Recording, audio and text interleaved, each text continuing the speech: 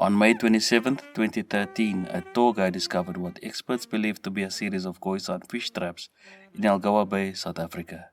Now, this is the first time that these types of traps have been found in a region stretching from Port Elizabeth to the Wild Coast. The discovery is significant as it provides conclusive evidence that the Khoisan people were a major presence in the Port Elizabeth area. The traps are believed to have been built between 2000 and 4500 years ago, which suggests that more stable communities lived there. Previously, shell middens were the only evidence that scattered Khoisan groups lived in Algoa Bay.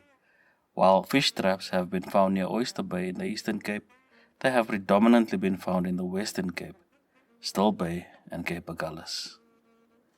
Hundreds of kilometers away from Algoa Bay on the south coast of South Africa is a small town called Arniston, where local people who are descendants of Khoi and San people still fish for a living.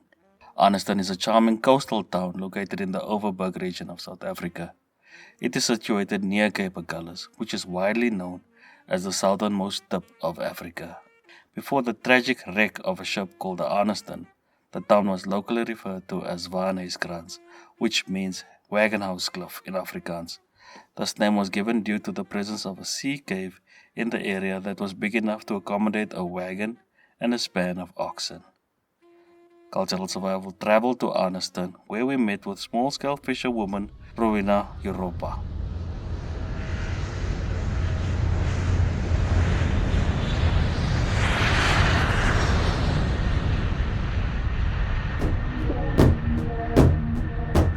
Indigenous Rights Radio, because knowledge is power.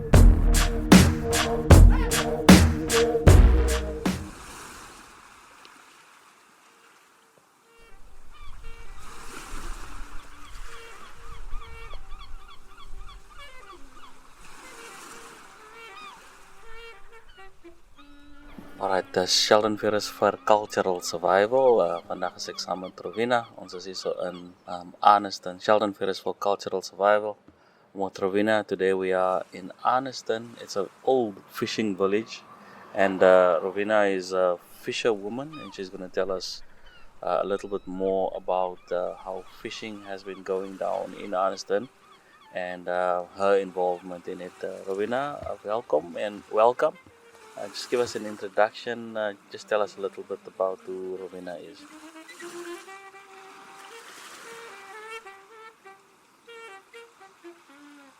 Hi, my name is Rowina Europa. I'm from Arniston, which is a heritage site of Waarneeskrans community. I'm now 23 years in the fishing industry. I'm a small-scale fisherwoman, and we got the old Chuckies boats where we worked for decades. My forefathers and my fathers, my grandfathers were part of the fishing industry where they go out with the Chuckies, the boats which we call Chuckies, out of the sea. And many years ago we do also a traditional line fish where we catch our mallets with a net. So they call it the net fish, which is now taken away from our community, from our traditional rights. And here in Arniston are only 17 boats, chockies, and then we have 5 ski boats. So they just the traditional line fish is our main income. This is what we are living from. 95% living out of the sea. Okay, so tell us, when you were younger, what did fishing look like as far as quotas are concerned? What did the catch or the yield look like years ago when you were younger compared to today? Compared to today, it's a huge difference, because many years ago when I was young, we could fish everywhere. There was no restrictions on the fishing. There was no permits apply with fishers to apply for. You can catch the fish or any type of species, but because of our indigenous knowledge, our parents' indigenous knowledge, they know the size of the fish, how big it must be. When the fish is too small, then they leave it in the water because they know the seasons, when the fish is breeding, what type of species are breeding, what type of season, when is the season. So yeah, We used to catch lots. My parents used to catch lots of fish. My forefathers and my grandpas. Now this time, climate change is also play a big role in that, and also the government, which putting you must apply now for a permit to catch fish. So that makes the difference now, and you get zones where you get catch fish. You can't go to any area. There's now zones, and there's many more MPAs, marine protected areas. At the time of my visit, I was looking for fish and chips, which is a very popular meal in the Greater Cape Town region, so that I can taste some of the fresh fish that is caught in Arniston. A few dining places were pointed out by the locals, but none of them had any fish. I was curious to find out why. So I had to drive approximately 20 kilometers to a nearby town called Bredasdorp to get some fish and chips. When I came back, I saw two men cleaning some fish that they had caught, and I asked if I could buy some. They told me that they could not sell it as they had only caught enough fish to eat and feed their families for the day. So I'm very interested to hear about the indigenous knowledge. Just tell us about what you refer to as kraaltjies. Is it kraaltjies? The first kraals. Tell us about the fish traps and what do you know about the fish traps? The fish trap was many years before I was born. It was there. How our communities, fathers and grandpas, put this fish kraals in place. How they pack it, the stones. How the fish come in when it's high tide, and when it's low tide, the water go out, but the fish stays. So because it's packed with this sea stones. So it was many before my time, but it was also an income for us, especially in the winter, because in the winter, because of the weather, fishermen can't go to sea. So that's where the fish kraals came in. When our parents used the fish kraals for an income to support their families. I've read a little bit about what you call fish kraal. So the Khoi and San people in the past built those fish kraals and they've been there for thousands and thousands of years. So does it have to do with the moon and the tide and just maybe take us through a little bit more in depth about how that works? When the fish, where there's a lot of fish in swimming around, like a group of fish, then those fish kraals, then when the water is high tide, then those fish kraals are there to catch the fish into the kraals, and then they can't escape because of the structure of the fish kraals. So the water goes back, like, because it's running water, because of the sizes and of the length and the size of the fish kraals, the fish can't go back. Okay, let's talk about the weather patterns. Have you seen any changes in weather, let's say in the last 20 years or so, and how has that affected going out to catch fish? The weather is play a very important role for the fishermen, because previous years we didn't get. In 1984, I remember, and I was still a child. I remember we had huge winds and floods. And after that, we only got that 1 year, that flood, 1984, where people couldn't go for months to see the fishermen. And after that, it was really quiet. We didn't get so much bad weather, like winds. We get the southeast wind here, but not that people could not survive or go to sea, out to sea. They always went to sea if it was a little bit of southeast wind. But it definitely changed after this previous years in my generation, in my time, um, because we got the currents have changed, the wind have changed, and we get now on one day 4 seasons. So a lot of change. If you see where we used to swim, it's now more rocks. So you could see how the climate have an impact on the sea and our on our system, because what really is noticing, what we notice is that most of the species are now that we couldn't catch are now coming forth in our waters, and a lot of the species that we catch is migrated. But we still have our old species like the steenbras and the lionfish, but it gets scarce or less than previous years.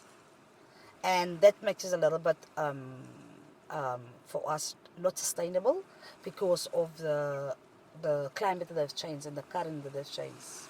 So where we get previous years lots of income, we are now limited on our income.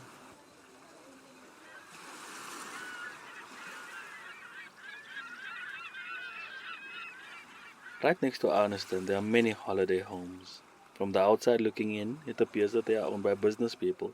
There are almost no holiday goers here at the time of our visit, only a few workers doing maintenance. Baie dankie julle. Groot waardering hoor. Dankie. Okay, so you said that in one day you'll get 4 different seasons or many different seasons. Just explain to me typically, what time do you wake up and what does it look for? Take us through one of those days where you've seen drastic changes in weather in a single day. Just make it more clear what that looks like. Like for example, my grandma or grandpa should have said, okay, they didn't have watches, so they look at the weather up in the sky and they say, okay, this is now 20 to 4. The weather is going to be southeast. They know where the wind coming from. Now it changes so much that when people go to sea at 6 o'clock, the weather is still nice. From 3 o'clock to 6 o'clock, the fishermen are up and ready to go. Around 10, they're coming out because the wind have changed. So and when we see it clearly, it's when you look at the weather on the news or the weather on the television. They say it's going to be a nice day. It's going to be 30 grade or warm and so. But then you saw on the water that the boats are coming in. They're coming to land, and the weather just changed. So it's suddenly the strongest wind from the southeast that we catch. So that we get. So then you say to yourself, oh, but your grandma is saying that it's going to be a nice day. You heard on the news it's going to be a nice day, but the wind suddenly changed. Then in the afternoon, it's getting so cold, sometimes it's raining. So on the same day. So then you say to yourself, it didn't look like rain, but suddenly then the clouds is so dark that you could see the rain is coming. Maybe during the night or in the morning. So if it's like that for us as humans, how does it affect the fish and where they would be at a certain place of the day? When they see that it's windy, does it affect which direction they swim, or how does it all tie together? It depends on the currents also. So for our fishermen, when they go out to sea and the wind changes, it is dangerous because our boats they don't have the engines to go deep miles and go after the fish. So they move like the current move. But it mostly have an impact on the boats and on the fishermen, the weather, because of the weather, and the chakis is not so equipped to go far miles after the fish. That's make an impact on our income, because then the chakis have to come back home because the wind is too strong to stay in the water, and the fish is going with the current, like the wind blows, Yeah. So that's the issue that we got. So are these weather conditions unique to Arniston? We figured that we should talk to other fisherfolk communities as well. So we went to Buffeljagsbaai, which is translated to Buffalo Hunt Bay, an even smaller fishing community, about 75, maybe 80 kilometers away from Arniston. Buffeljagsbaai has only 250 inhabitants, approximately, who have been here since at least the early 1900s. Let's hear from Sarah Niemand now. Goedemorgen allemaal. Mijn naam is Sarah Niemand. Good morning, everyone. My name is Sarah Niemand. I'm from Buffeljagsbaai, a small fishing village. I'm of the Khoi and San people, and I'm here to tell you about our indigenous existence as fisher people.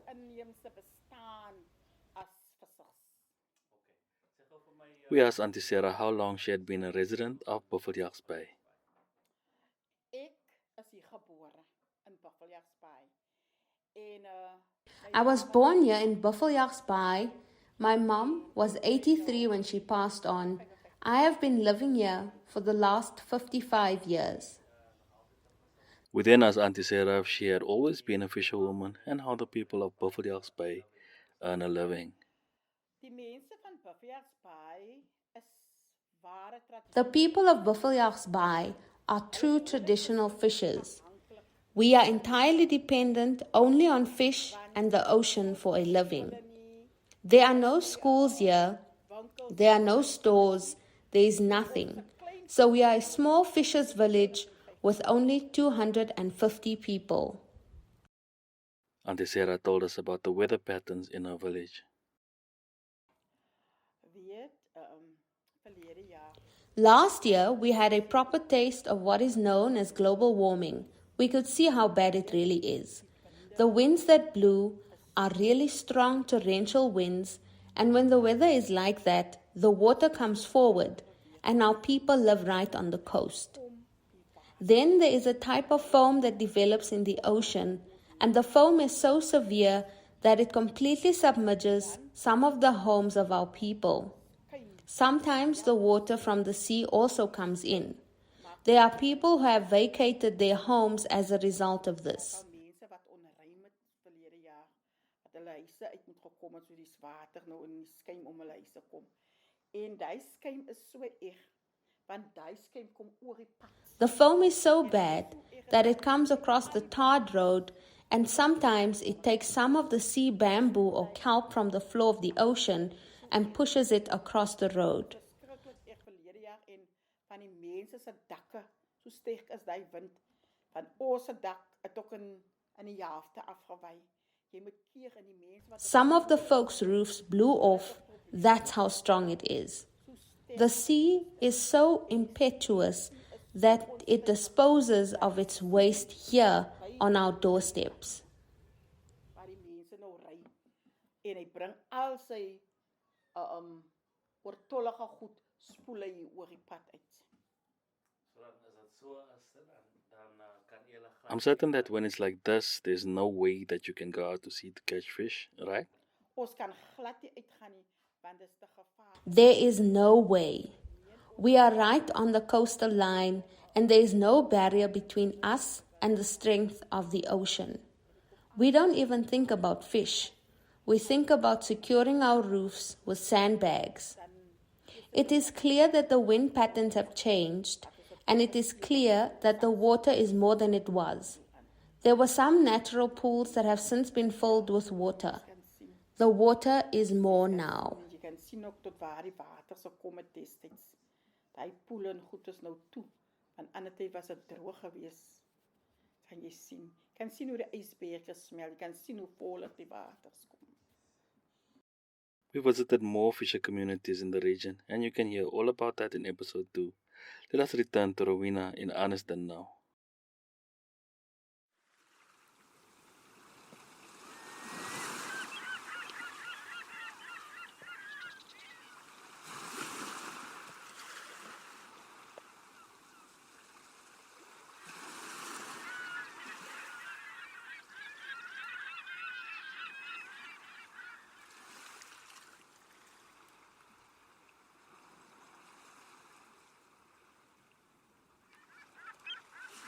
Okay, so tell us what kind of fish is to be found mostly here in Arniston. Do you get crayfish, for instance? We got crayfish, but not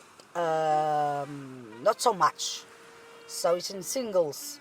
But in our area is lionfish. The traditional lionfish is our main income. It's like yellowtail cob, red Roman, silvers, the bluefish, sharks.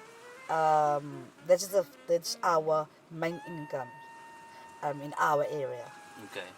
And is there any help or any mitigation processes underway from perhaps the Department of Agriculture and Forestry and Fisheries, or any government intervention that is helping to make fishing more sustainable? Any programs that you can talk about, that you can comment on?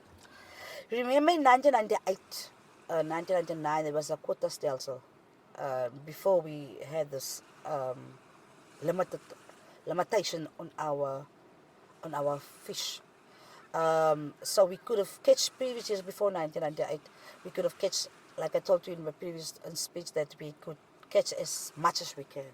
Then the system coming in for from sectors, the subsistence, the recreational, and we get the traditional permits, where our permits or our license was taken away, the fisher's license, so they have to apply for a quota system, for a quota to catch fish. So what happened then is a lot of our people was unsuccessful. So then our rights was taken away. So then we applied, we went 2007, from 2007 to under 2014, we had the system of the interim, where we go to court, equality court, and where the judge was saying there should be a policy in place for our small-scale fishers. So what happened then, they give us a interim relief permit until the policy was ready, was written and ready to be handed out for the small-scale fishers, for the traditional fishers. So then we had this interim relief until interim 17, which is supposed to be like interim 1, 2, while the government were busy putting in place the policy, the small-scale fisheries policy, and it never happens. So what happens then is that we apply every year for a permit. Then you get on the permit the area, the zones that you could fish in, and also the limitations on the species. So you couldn't catch what you want, like you catch previously, and you could only go to sea in that zone. Now we have the small-scale policy that we now busy implemented, and it's still an issue, because we as a fishers written a policy what we would like the government to give us, and still we didn't get it. The government in the policy say we want a basket of species, like a community right. In this basket should be species that coming forth in your area and which could give you a sustainable income. Because remember, we don't have security behind us, like saying you can't go to the bank as you're a fisherman to go for a loan. You can't have insurance. People have nothing. Fishers have nothing. You need to maintain your own boat. You need to pay for diesel, petrol. You need to pay for the bait and everything. So now, because we got the small-scale policy, we need to have a sustainable income. But in the basket that the government hand out now, we are limited on the species. We are limited on our zones. We get the lobster, or the West Coast rock lobster, we get it, and it's cut from the interim. The government cuts on it every year on our permit. So it gets less and less and less. And we are like 124 small-scale fishers in my community. So just think about this, that if it gets cuts, how much does the people really get out? And then you need to sell those to the big industry. They taking a lot off from your amount, because they taking off water loss, the processing, the transport, that they go, the air flights and everything. So you get like 3,000 or 4,000 rand out. So which is not sustainable for a family of 4 children, a mom and dad. You maybe one student which needs to go to college is out of matric. You get the other 3 children is still in school. So is that 3,000 or 4,000 monthly? Is that now it's only per season for the lobster. per season? Yeah, for the lobster. So it's difficult. Now the government is giving the basket out in the small scale. We just started the small scale for last year. The species that we want, we can't get. And some of the species are out for own consumption. Like the women who used to do the alicricals, they cleaning it, they cooking it, they selling it in bottles. it's now for own consumption. We can't sell it. Sorry, what is that? The what? The shellfish, like the electrical and the shells and everything. Okay. It's like the oysters is for own consumption. Yeah. You need to eat it. You can't sell it. So how can you make a living out of that if everything is for own consumption? And then the traditional lionfish, which is our main resource, our main income, is limited. The government say the percentage that they give us is on the TAE, total allowance effort. That means it depends on how many boats are in your area and how many catches you have for the few years. You can't say because you can't say how many fish you can catch because it's difficult because sometimes you catch a lot, sometimes you don't get. So how can the government say for us give us a 3% and give us on a effort on a allowance effort? How can they give us that average of that amount of fish? And they knew we struggle now for many years, and we struggle for more than 20 years to get a sustainable income. So government's efforts to make fishing more sustainable is affecting the small-scale fishers. How is it affecting large industries and other big corporates who fish in these waters? Just give us an idea of how you feel. Are they being treated the same as the small-scale fishers? No, they're not. Because they're big industries, they're big companies. And they, remember we get the sectors, the near sector and the offshore, where you're getting in the near shore, where you're catching our small scale is catching in the near shore, our resources, and they're catching in the offshore. So they catch with big nets, where we do the hand line, because we catch our fish with hand line. So it makes it, there's a huge difference. How many fish can you catch with a large net? See? Yeah. And so it's a huge difference. So they're getting much more than the small scale traditional fishers get, the bona fide fishers get. And we supported them with our fish because we don't have permits to process and sell our fish on our own. But by they have the big permits, they got the big tons, lots of tons. They don't worry about us, because they got the permit to catch all over South Africa, and the government allow them to catch with big nets, so they can catch every species, any species, whatever they want. Yeah, just looking at the history of a place like Arniston, and once again, just going back to the traps, the fish traps that have been here for thousands and thousands of years. It's clear, even looking at the fishing village and how it was built and how long these houses have been standing here, it should say something about the people who call these waters home. It's your traditional lands, your traditional territories, but big corporates have more rights than small-scale fishers. It is so true, because we got communal land, remember? We went to to buy our land.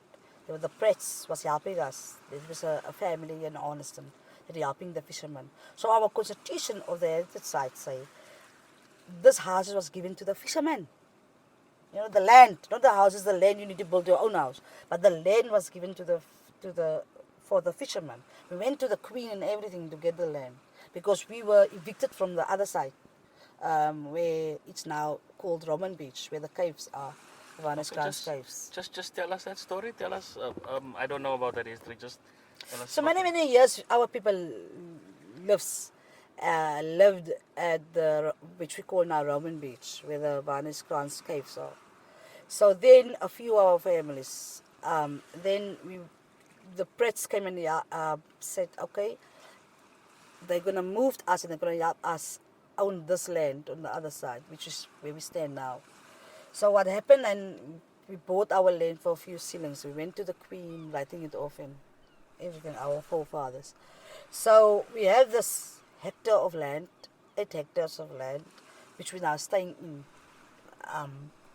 So then, in 1932, it was in 1932 when we came, when we start building our houses. We have our own stone. We was picking the thatch from the roofs. As you see, we are very historical. We got the thatched roofs and the stones. We don't have like some men we used to do our houses of the sea, sand and stones, the white stones that we built our houses from.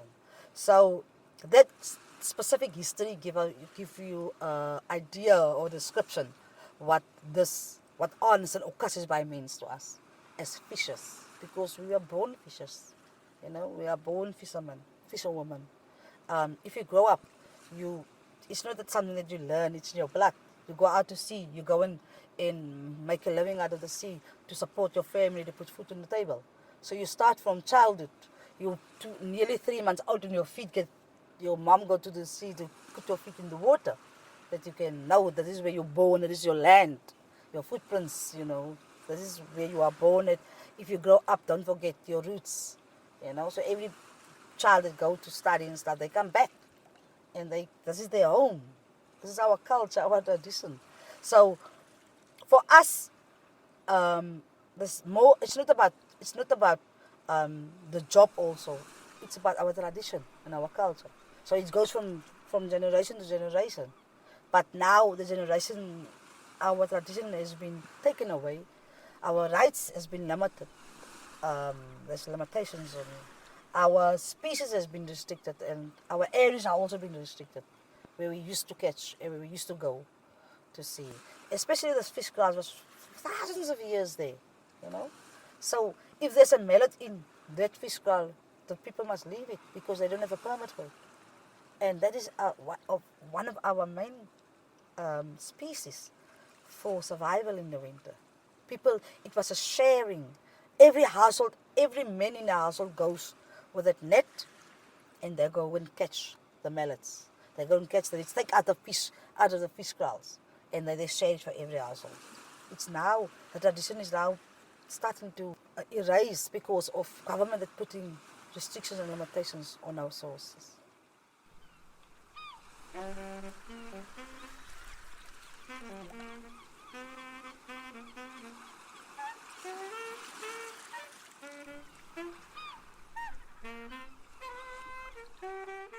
Driving through Arniston, it is very clear that the community is very close-knit. One gets the sense that everyone who lives here knows each other. Everybody minds their business, but there's certainly a very strong sense of family. They've been here for hundreds of years, and they plan on staying here forever. An excerpt from the website of the Arniston Hotel reads as follows. A wander along the coast of Arniston at low tide will reveal many indigenous fish traps, which are still in use today. The ancient fish traps are best viewed at low tide when the distinctive rock pools are clearly visible in the water. Recent research reveals that the first Homo sapiens lived on the southern tip of Africa some 165,000 years ago.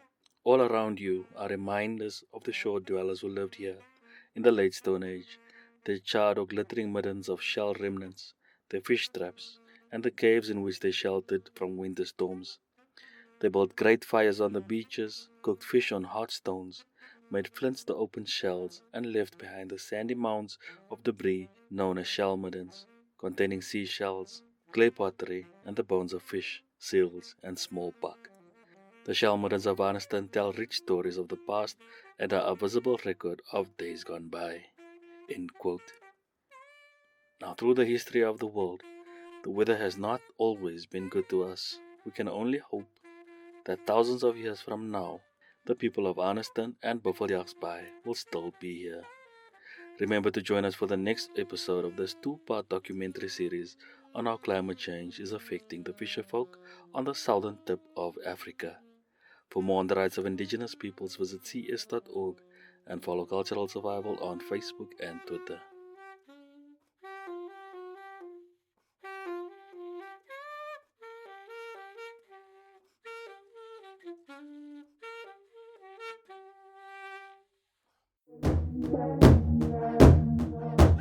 Indigenous Rights Radio, because knowledge is power.